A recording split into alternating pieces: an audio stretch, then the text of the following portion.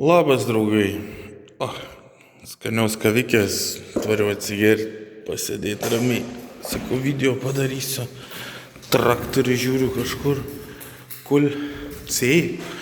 Kul. Ką norėjau, aną kartą, jeigu žiūrėjot video senesnę tam name, kur dabar sėdžiu, tai nepabaigiau video daryti, nes kaimynas atėjo, tai teko nutraukti daryti video ir toks nebaigtas. Apie mintis, ne, perkamus namus, būstus, nekilnojamą turtą.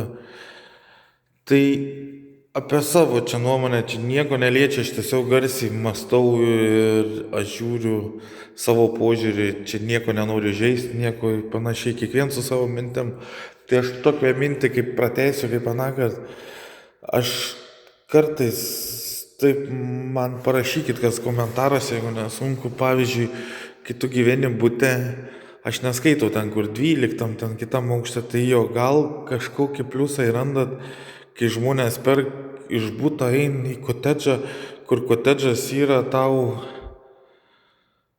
2 arų, 3 arų maks, ne, kiemas ir tau sako, ir jie sako, turiu nuosavą erdvę ir panašiai, nuosavą kiemą. Tai aš gal kažkaip netaip suprantu, tie kotedžai sujungti, ne, jie tvorą tavo per tvartą, bet jie tu sujungti esi per sieną, ne.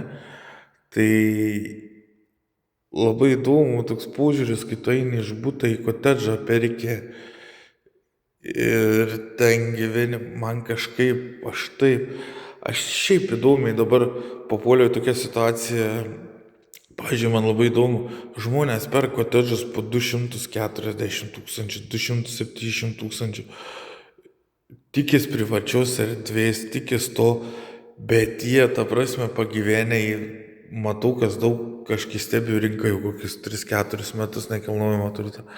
Čia aišku nėra daug, bet tai kai pasižiūri, tie kotedžai parsidaviniai, juos perk, juos parduod, juos stata, paklausa didžiulė.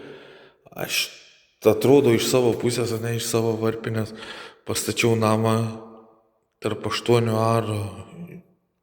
Namą, tu turi privatų kiemą, ta prasme, kur mašina statytis, tu turi privatų kiemą. Turi privatų kiemą.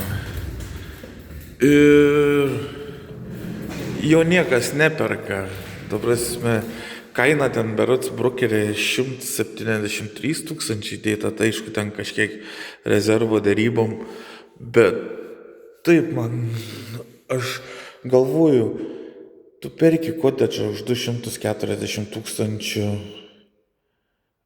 ir jame tikės privatumo ir viso kita, nesirenkia namo, ne, su dalinė apdaila. Tai aš kažkaip taip, aš čia nesibėdavoju nieką, aš tiesiog bandau žmonių suprasti, parašykit, kas gyvenat kotedžuose, ar šiaip, kotedžas kokis turi privalumą pagal jūs, nes aš dar iki šiol kažkaip nesuprantu. Tai va mano mintis, kas pagavo, kas ne, bet tiesiog taip sėdžiu, sakau, atvažiuosiu, pabaigsiu video, kar nepabaigiau. Aišku, ten platesniam kontekste kitaip skambdavo, tai sutrumpinti ir glaustai, ne, tai nežinau, parašykit, kodėl, kas tikrai pirkosi, ne šiaip, kad čia svajojat ar taip, ar aš net neturiu, gyvenu ten kažkur pas mamą, pas tetę įrašau, komentuoju apie tai. Aš netokius žmonės, aš biškį rimčiau. Ta prasme, kodėl jūs renkatės kotedžą, kas turit kotedžą? Kuo jis turi daugiau privalumų negu nams? Nes aš jame pliusų nelabai randu iš tikrųjų. Iš buto iš 9 aukšto, ten 6 gal suprantu, aukštai bute vietos visai nėra ten, bet ne apie tai aš kalbu, kad tu atėjęs į kotedžą ir po to sakai, kad tu turi privatumą ir viso kito. Kuo skiriasi kotedžas, tarkim, nuo buto, tu gyveni per sieną nuo kaimyno.